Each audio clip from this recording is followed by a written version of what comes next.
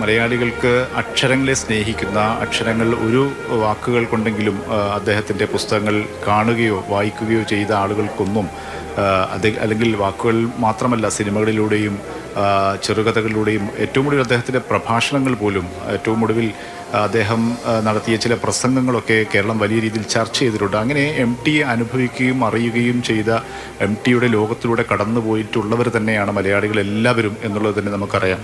അതുകൊണ്ട് തന്നെ ആ മലയാളികൾക്ക് ഒരിക്കലും തങ്ങളുടെ പ്രിയപ്പെട്ട ഒരു നാഥൻ നഷ്ടപ്പെട്ടു പോകുന്ന ഒരു വിടവ് ഉണ്ടാകും. ഒരു സാഹിത്യകാരൻ എന്നതിലുപരി അവരുടെ ജീവിതത്തിൽ എവിടെയൊക്കെയോ ഏതൊക്കെയോ വഴികളിലൂടെയൊക്കെ സഞ്ചരിച്ച ഒരു എഴുത്തുകാരൻ എന്ന രീതിയിൽ, അല്ലെങ്കിൽ ഒരു വ്യക്തി എന്നുള്ള രീതിയിൽ എം ടിയുടെ വിടവ് ആ രീതിയിൽ തന്നെ വലിയ നഷ്ടം തന്നെയാണ്. പ്രത്യേകിച്ചും ഈ കോഴിക്കോടിൻ്റെ മണ്ണിൽ നിന്ന് പറയുമ്പോൾ, കൂടല്ലൂരിലാണ് അദ്ദേഹത്തിൻ്റെ ജനിച്ചതെങ്കിൽ കൂടി അദ്ദേഹം അതിൻ്റെ യൗവനകാലത്ത് തന്നെ മാതൃഭൂമിയിൽ ജോലിക്ക് വരുന്നു. അതിന് പിന്നീട് സാഹിത്യ ലോകത്തേക്കുള്ള അദ്ദേഹത്തിൻ്റെ പ്രവേശനവും അദ്ദേഹത്തിൻ്റെ ലോകവും കാഴ്ചകളും വായനയും എല്ലാം ഇവിടെ നിന്നായിരുന്നു. കോഴിക്കോട് നമുക്കറിയാം, നമ്മുടെ ഗ്രീക്കിനെ കുറിച്ചൊക്കെ നമ്മൾ പറയുന്നത് പോലെ സാഹിത്യ സമ്പുഷ്ടമായ, വളരെ ഇൻ്റലക്ച്വലായ മനുഷ്യരൊക്കെ ജീവിച്ചിരുന്ന കോഴിക്കോടേക്കാണ് എസ്.കെ. പൊറ്റക്കാട്, തിക്കോടിയൻ, വൈക്കം മുഹമ്മദ് ബഷീർ ഉൾപ്പെടെയുള്ള, NP മുഹമ്മദ് ഉൾപ്പെടെയുള്ള ആളുകളൊക്കെ ജീവിച്ചിരുന്ന, അവരുടെയൊക്കെ സതീർത്ഥ്യരായ ആ കാലത്താണ്, സമ്പുഷ്ടമായിരുന്ന കോഴിക്കോട്ടേക്കാണ് എം ടി വരുന്നത്. പക്ഷേ എം ടിയുടെ വരവോടുകൂടി നമുക്കറിയാം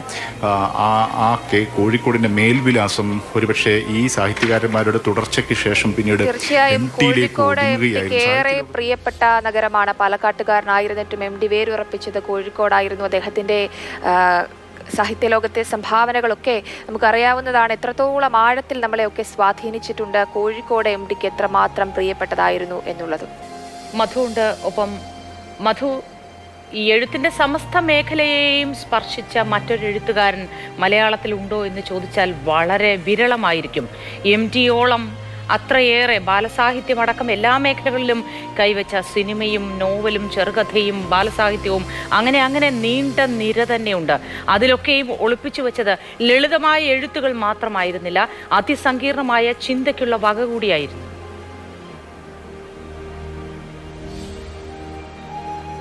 തീർച്ചയായും ഇനി കടന്നു വരുന്ന ഒരാളെ സംബന്ധിച്ചിടത്തോളം എം ടിയുടെ പേന കാണുമ്പോൾ ഇതിലൂടെയാണ് പ്രളയവും കാട്ടുതീയും പേമാരിയും ഒക്കെ കടന്നുപോയ പേനയാണിത് എന്ന് ഇനി വരുന്ന ഒരു എഴുത്തുകാരൻ തീർച്ചയായും സ്തബ്ധമായി പോകുന്ന ഒന്ന് തന്നെയാണ് എം ടിയുടെ കഥാപ്രപഞ്ചം, എം ടിയുടെ രചനാപ്രപഞ്ചം. അതിന് എം ടിയെ പ്രാപ്തനാക്കിയത് അദ്ദേഹത്തിൻ്റെ അക്ഷീണമായ വായനയാണ്. ദിവസം 300 പേജെങ്കിലും ഏറ്റവും ചുരുങ്ങിയത് വായിക്കും എന്ന് എം ടി പറയാറുണ്ട് എന്ന് ഇന്നലെ കാരശ്ശേരി മാഷ് പറഞ്ഞു. ഡോക്ടർ MM ബഷീറാണ് ഇപ്പോൾ അദ്ദേഹത്തെ കാണാനായി എത്തിയത്. കോഴിക്കോടുമായുള്ള എം ടിയുടെ ബന്ധം പറയുമ്പോൾ MM ബഷീറുമായി, എം ടിയുടെ ഏറ്റവും അടുത്ത സുഹൃത്തുക്കളിൽ ഒരാളെന്ന് എം ടി തന്നെ പലപ്പോഴും പറഞ്ഞിട്ടുള്ള ഡോക്ടർ MM ബഷീർ മാഷുമൊത്ത് എം ടി ഒരു പ്രസാധക സംഘം തന്നെ കോഴിക്കോട്ട് രൂപീകരിച്ചിരുന്നു ഒരു ഘട്ടത്തിൽ. എം ടിയുടെ ഈ വിധത്തിൽ ഓരോരുത്തരോടും ആത്മബന്ധം പുലർത്തിയ എഴുത്തുകാരൻ എം ടി.